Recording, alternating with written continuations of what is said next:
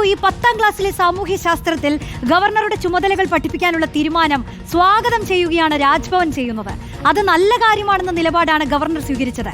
കേന്ദ്രമന്ത്രി ജോർജ് കുര്യൻ ഇതിനെ ഈ ഒരു തീരുമാനത്തെ സ്വാഗതം ചെയ്തപ്പോൾ ഗവർണറെ കുറിച്ച് കുട്ടികളെ പഠിപ്പിക്കുന്നതിന് മുൻപ് ശിവൻകുട്ടി ചില പ്രോട്ടോകോൾ എന്താണെന്ന് പഠിക്കണമെന്ന് MT രമേശ് ആവശ്യപ്പെടുന്നതും നമ്മൾ കണ്ടു.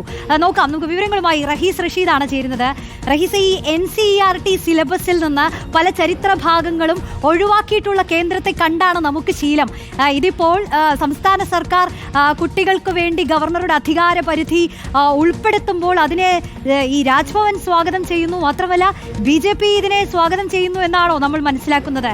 ഇനിയിപ്പോ കുട്ടികളൊക്കെ ചില ചോദ്യങ്ങൾ ചോദിച്ചു തുടങ്ങുകയും അവർ ചിലത് മനസ്സിലാക്കുകയും ഒക്കെ ചെയ്താൽ അതിലൊരു പണിയില്ലേ എന്ന് എന്താണ് BJP ചിന്തിക്കുന്നത്?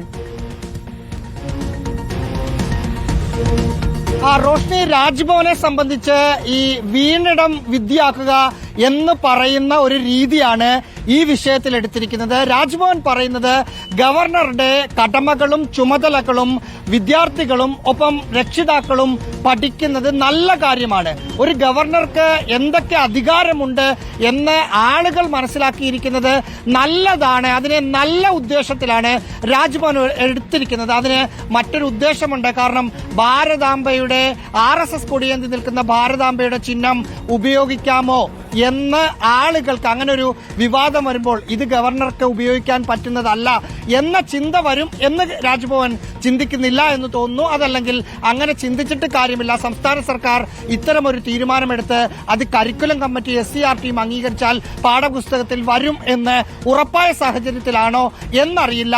രാജ്ഭവൻ അതിൽ എടുക്കുന്നത് പോസിറ്റീവായ കാര്യമാണ്. ഒപ്പം രാജ്ഭവൻ വൃത്തങ്ങൾ പറയുന്ന ഒരു മറ്റൊരു കാര്യമുണ്ട്.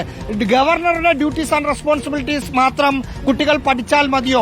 ഒരു MLAക്ക് എന്ത് ചെയ്യാൻ കഴിയും? ഒരു മന്ത്രി എന്തൊക്കെ ചെയ്യണം? അതിൽ ഗവർണർ ഓഫീസിൽ സംസാരിച്ച ആൾ എന്നോട് പറഞ്ഞത് ഒരു മന്ത്രിക്ക് ഒരു MLAക്ക് സ്പീക്കറുടെ ഡയസിന് മുകളിൽ കയറി നിൽക്കാൻ പറ്റുമോ ഇല്ലയോ എന്ന കാര്യം കൂടി കുട്ടികളെ പഠിപ്പിക്കണം എന്നതാണ് ഞങ്ങളുടെ ആവശ്യമെന്ന് തമാശ രൂപേണയാണെങ്കിലും V ശിവൻകുട്ടിയെ ഉദ്ദേശിച്ച് അവർ പറഞ്ഞു. പക്ഷേ ഇപ്പോൾ പഠിപ്പിക്കാനെടുത്തിരിക്കുന്ന തീരുമാനത്തെ അവർ പൂർണ്ണമായും സ്വാഗതം ചെയ്യുന്നു. സ്വാഭാവികമായും BJPയുടെ ഭാഗത്ത് നിന്ന് ഒരു എതിർപ്പ് ഉണ്ടാകും എന്നതായിരുന്നു സർക്കാർ വിചാരിച്ചിരുന്നത്.